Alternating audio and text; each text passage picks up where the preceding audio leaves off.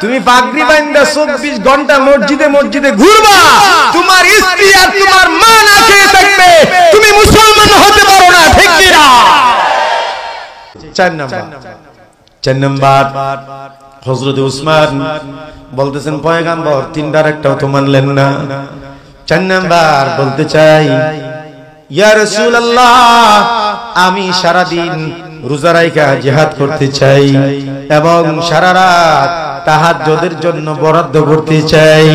আল্লাহ রাসূল বলেন, এ উসমান এটার নাম কিন্তু ইসলাম না। বেশি দরবেশগিরি দেখায়ও না। আমি বেশি দরবেশগিরি দেখতে পারি না, কারণ ইসলামই দেখতে পারে না, কথা কয় না। বেশি দরবেশগিরি, সুফিগিরি, বিজাগিরি এগুলি ইসলামে চলে না। তুমি পাগড়ি বাঁধা 24 ঘন্টা মসজিদে মসজিদে ঘুরবা, তোমার স্ত্রী আর তোমার মা না খেয়ে থাকবে, তুমি মুসলমান হতে পারো না, ঠিক কি না? অতিরিক্ত দরবেশগিরির কথা ইসলাম অনুমোদন দেয় না। আল্লাহ রাসূল বলেন, উসমান না, এটা সম্ভব না, কারণ আল্লাহ আমি পয়গম্বরকে সাবধান করে দিয়েছেন। আমি রাসূল এমন সময় চলে যাইতো সারা রাত তাহাজ্জুদ পড়ে খাড়ায় দিতাম, আমার পা গুলো ফুলে যাইতো।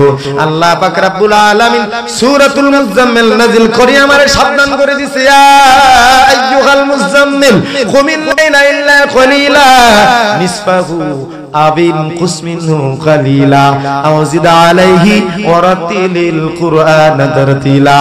এ চাম্বরওয়ালা, এ চাদরওয়ালা, এ কম্বলওয়ালা, সারা রাত দাঁড়া দাঁড়া আপনি তাহাজ্জুদ পড়া পা ফুলায়া আমাকে পাইতে চান, আমাকে পাওয়ার জন্য সারা রাত দাঁড়া পা ফুলানোর দরকার নাই।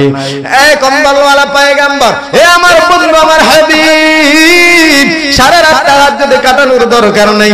রাতের অর্ধেক, ভালো করে বুঝেন, রাতের অর্ধেক অথবা 1/3 অথবা রাতের কিছু অংশ যদি আপনি তাহাজ্জুদ পড়ে কাটায় দেন, তাহলে আমি আল্লাহ আপনার সারা রাত তাহাজ্জুদ পড়ার সব দিয়ে দিব। চিল্লায় সুবহানাল্লাহ কোন।